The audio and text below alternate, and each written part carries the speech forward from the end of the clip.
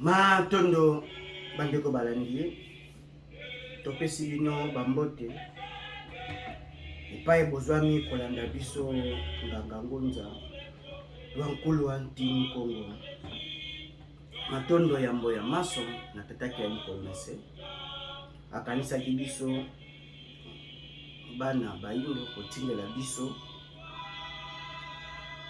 boye bondambu na ye botata mokili na ye nde fumuki mbango ya ntongo no mokonzi ya bakonzi koko ya bakoko longi ya balongi wapi iye aya lisusu kozongisa biso na longengo mpe na tomba oyo tobongisaki utangi pito utaka chopa utanili matondo na yaki mpavita kondima mbeka kotumbama na ye na moto pa fungola ekuki ya koya ya mfumuki mbango kimbango fula mwana matondo na basantu banso mpe bongo mbuta machua kondima bongo kodefie pouvoir occidental pouvoir colonial pour réclamer bongo égalité ya récompense ya bagrade ya bandeko na ye ebitumba babundaki Algérie na première guerre mondiale ngonga ekoki bana bilaka milemfu epai bozwami mopakozwa toza na nzela ya solo ya fumuki mbango biso nde tokolonga biso nde bandakisa bamodele ya lobi oyo banation africaine kozwa ndakisa mpona ntombo ya Afrika matondo mpe na bandeko balandi bainami bazongeli nzambe bakoko te koko aza nzambe nzambe aza koko mokakozwa na bino bososoli epesamela bino ntango na ntango longengo mvula mpe mopepe ekumbela bino bososoli ya maye toza koloba mpe pamba te ngonga ekoki ya lobiko na biso bani matondo elo bongo toyelombangu lobela bino maye ezali koleka na eteni ya Congo na oyo babengi MONUSCO mongunia MONUSCO azali elamba oyo loposo pembe alati donc MONUSCO au départ azalaki nanu Monique aza bongo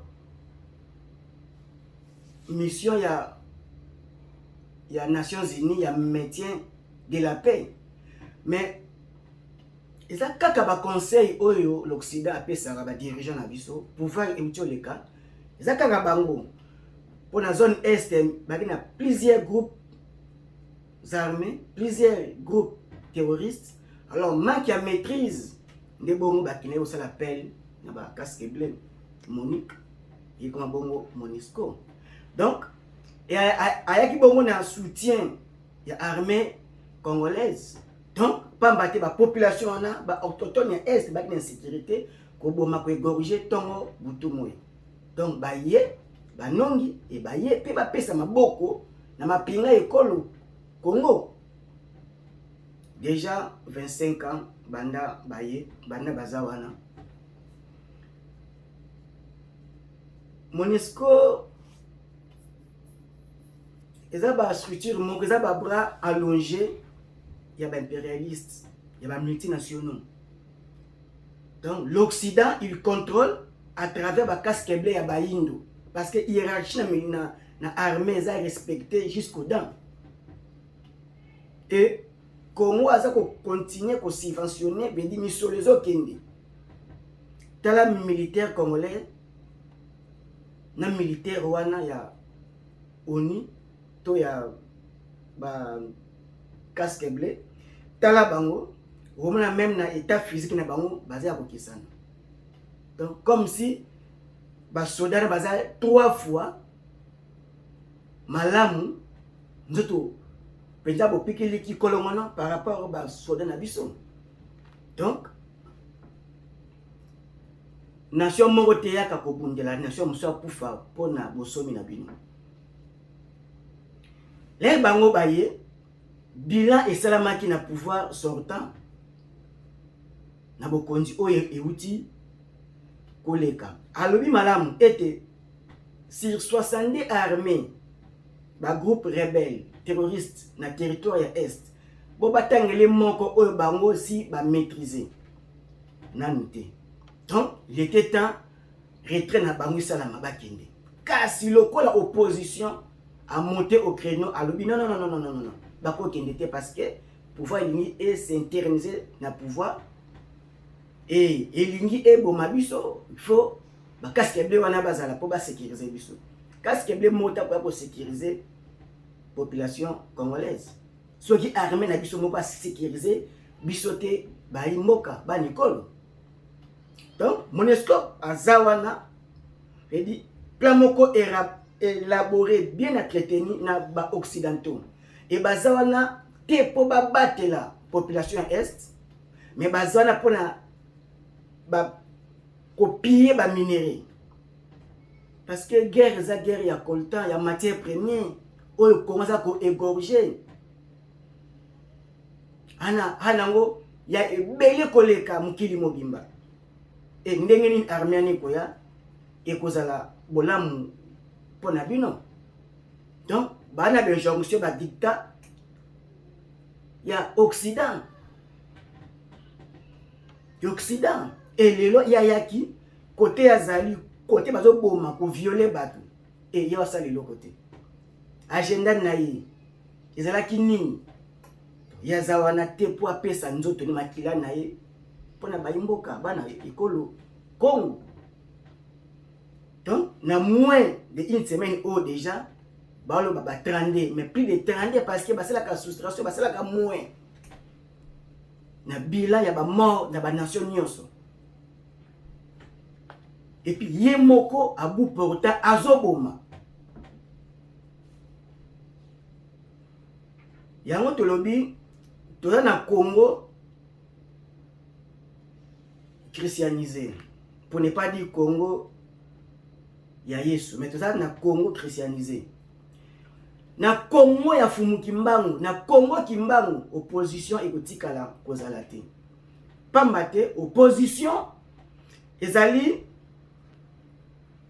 fruit ya démocratie oyo atomboli apesi visibilité na opposition nzoka na royaume moko te opposition ezalaki na religion moko te opposition ezalaka au sein ya religion moko te ezali et na ndaku moko te opposition ezalaka et puis papa akamba malamu donc maman zali contrepoids ya papa na bana po bakamba malamu soki mama komi opposante et ba kenda ko ani singa division et bana ba ko sibi ba conséquences yango lelo peuple congolais azo sibi parce que nyonso oyo salami parti opposition ni na telemi aloba aganga pesa point de vue na ye pamba te pouvoir bazo réclamer pour na bien-être na bango pour na ba gloire na bango ezande ba kena ko na occident na mundele ye o aza mettre ba casque bleu mettre ya Monisco donc moyen ya ndi ba risque ezate po ba ko effacer bazo ka soutien ya finance soutien ya sécurité donc opposition koki ko simba été parce que bango déjà kozwa téléphone da obenga yo donc okokite donc parti opposition nyonso baza pona bolamu ya population congolaise baza pona bolamu ya peuple te donc bana ba agenda caché bana ba face ben na bango ba se faire voir que ndeti bazana bino me bazana bino te po Monesco ko batela batu oyo oye ko batela pamba te libengi salami mais ba bino sko zonga oyo ya kozonga et pouvoir dirigeant et na pouvoir central na Kisasa baba zo fungama ba kermesse eza ko salama ba concert eza nango était ki bonyama boyenge nini yango na Congo ya fumu kimbangu mais ba brasserie ba izina masanga fekanga pamba te baza ko envoûter batu na masanga ba skol ba primis ba nkoi ba masanga wana ne sali ebebisa babongo ya bakongolais. Eza normalité pays souverain la souveraineté na bino na ngonga oto komi. Tongo butu moi bato bazoloba mais population afandi na moment oyo makila ya baimbo kezotanga. Ba étranger ba boma ba natif ya Congo na kati ya Congo. Ça se fait jamais nulle part. Et Congo christianisé, et ça Congo, il y a tapis, nous sommes comme là. Toko kite ko de mboka na Israël, et mpendenge tozo kende. Échec na échec, pas matefo, susubo kasi moke ya ezongisa Congo na fumuki mbangu. Congo ezonga na maboko ya bankulu ya Congo. Chance religion africaine futuka fumuki mbangu. Nyesonyanzila bazo bunda kokwa suka mboka na kobelela milimo ya Congo pamba te nzuta fumuki mbangu ilalaki na est. Makila ya Mutalumumba itangaki na est. Donc soki bongo tembesi est déjà dépiécé. Ngonga ekoki yamboto zonga susu na studio totala ba image oyo ba strendambo omona niveau ya Congo komi na tapi bazo matela Congo na ba acte ya boye et ba kokere susu te kozwata 2 jours 3 jours MONUSCO ifanda mabela Congo. Congo la ngaka telema sur tous les tandis de la République démocratique du Congo. Et il y a tellement. Mais envoûtement, il y a Abraham, Isaac, il y a Jacob. Envoûtement, il y a Islam. Envoûtement, il y a religion étrangère. Peuple goy. Ngonga ekoki mpepe ya tata. Oye betaka. Le 4 janvier 59. Ekozonga. Pour la Moussa, Baimbo Kabana Congo, auto-prise en charge. Une manifestation contre la mission des Nations Unies en République démocratique du Congo, descendue dans la rue pour la 3e journée de protestation consécutive dans l'est du pays. Les manifestants accusent la force de maintien de la paix de ne pas protéger les civils alors que la violence s'accroît dans la région orientale. Ils demandent le départ des forces de l'ONU présentes dans le pays depuis des années. Le Congo c'est notre patrimoine, le Congo c'est pour les Congolais. Et depuis que la MONUSCO est là, la MONUSCO ne fait rien. La population est égorgée du jour au jour. Et pourtant nous avons une mission de l'ONU pour sécuriser la population. Mais la population est massacrée, la population, on égorge les gens comme des moutons à la présence de cette MONUSCO là. Quand les casques bleus rentreront chez eux, nous allons nous occuper nous-mêmes des choses. Ils disent qu'ils n'ont pas les moyens de combattre le M23, alors nous allons nous défendre par nous-mêmes. Si l'ONU ne part pas aujourd'hui, nous allons continuer à manifester jusqu'à ce qu'ils le fassent. L'Est du Congo.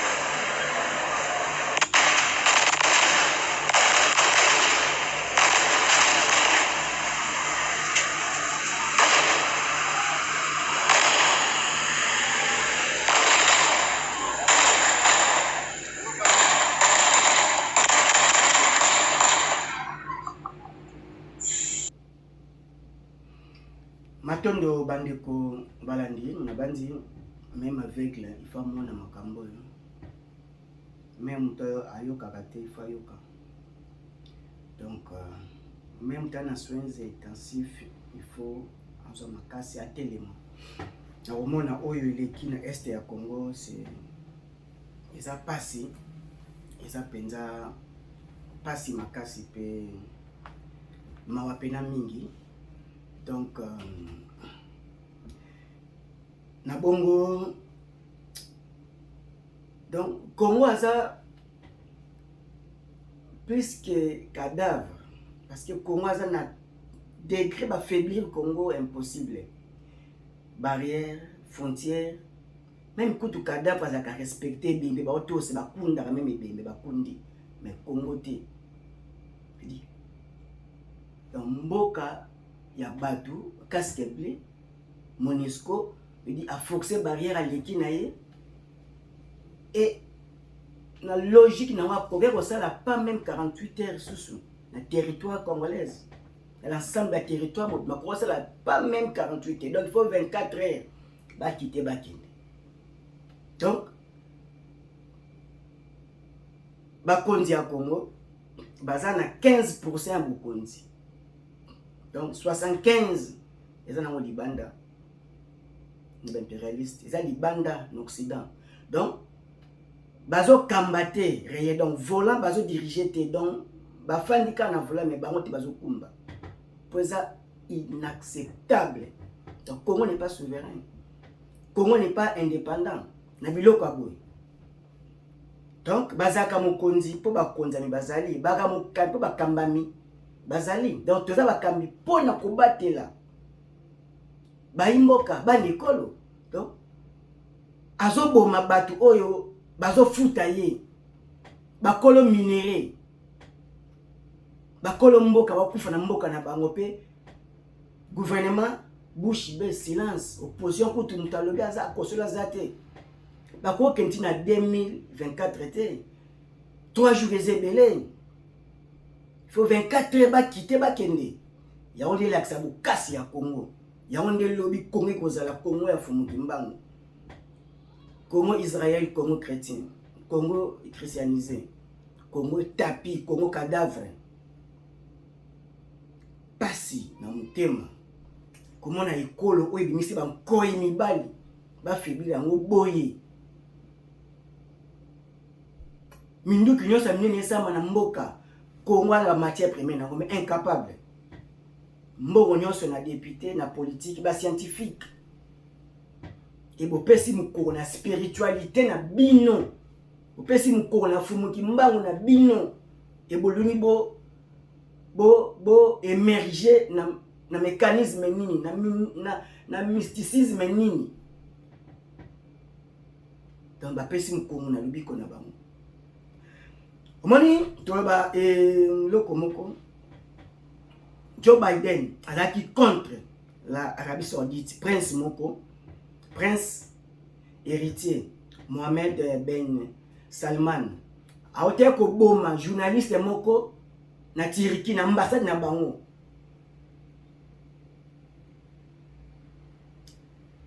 et aki vraiment furieux contre bokonzi ya Arabie Saoudite. Journaliste là ba assassiné parce que ba ko déranger royaume wana ya Arabie Saoudite.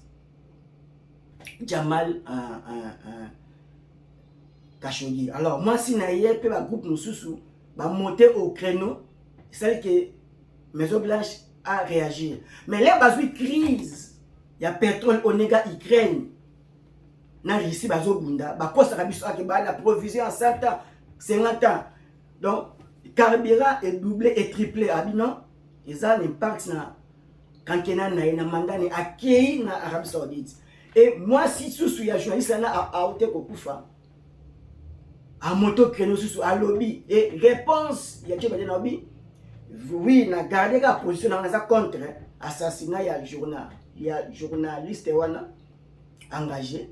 Mais yeba malamu ke makamna yeli aweza intérêt américain et plus supérieur que problème wana. Voilà ba dirigeant conscient. voilà on va bien ba dirigeant. Donc veut dire nous soit pour na mon intérêt américain, faut pétrole qui te faut n'a pas personne carburant qui t'a la solution et les lobbies.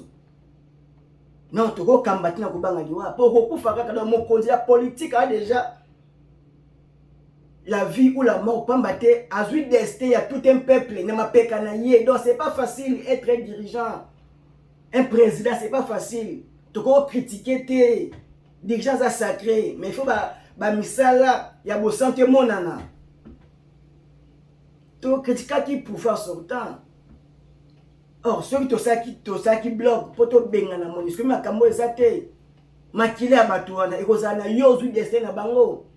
Ya ontoloba boye. Tokomona ba parti politique mususu na mokila molimo eko sala sorte que ba efasa mo eko exister lisusu te.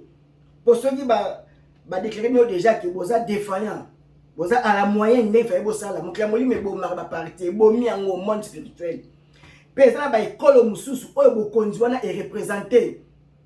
Et kozwa su mokonzi te tamulayi ceux qui monde spirituel a bien déclaré au défaillant.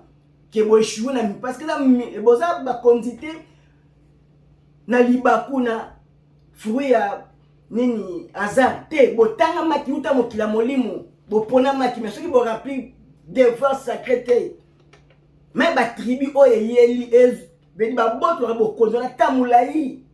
Et lelo mbuta kasa vubu a qui défend ba qui est moins en dessous à la moyenne lelo Congo central bo konze kima tout est spirituel.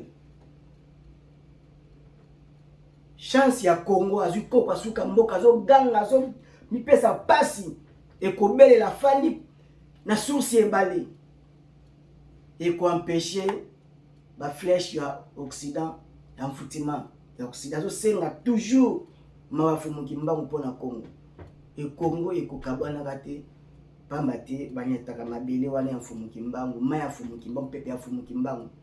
Congo ni symbole Afrique, Congo ni unité Afrique, Congo ni bokasi Afrique. Donc la fumu kimbangu azalité et mokili eza déjà na décadence. Voyage ya représenté la chambre américaine, chef de député américaine Nancy Pelosi a quitté na Taïwan oyo bongo Chine za firia boy na kiti kaka et ba conséquence ekolanda risque est à zéro. Donc tout ça peut se dégénérer à un moment à l'autre et ban ya Congo ce qui est le même guerre ya Ukraine Poutine a ko tarder pour le mécanisme ba peut ça besoin de temps pour tout s'organiser.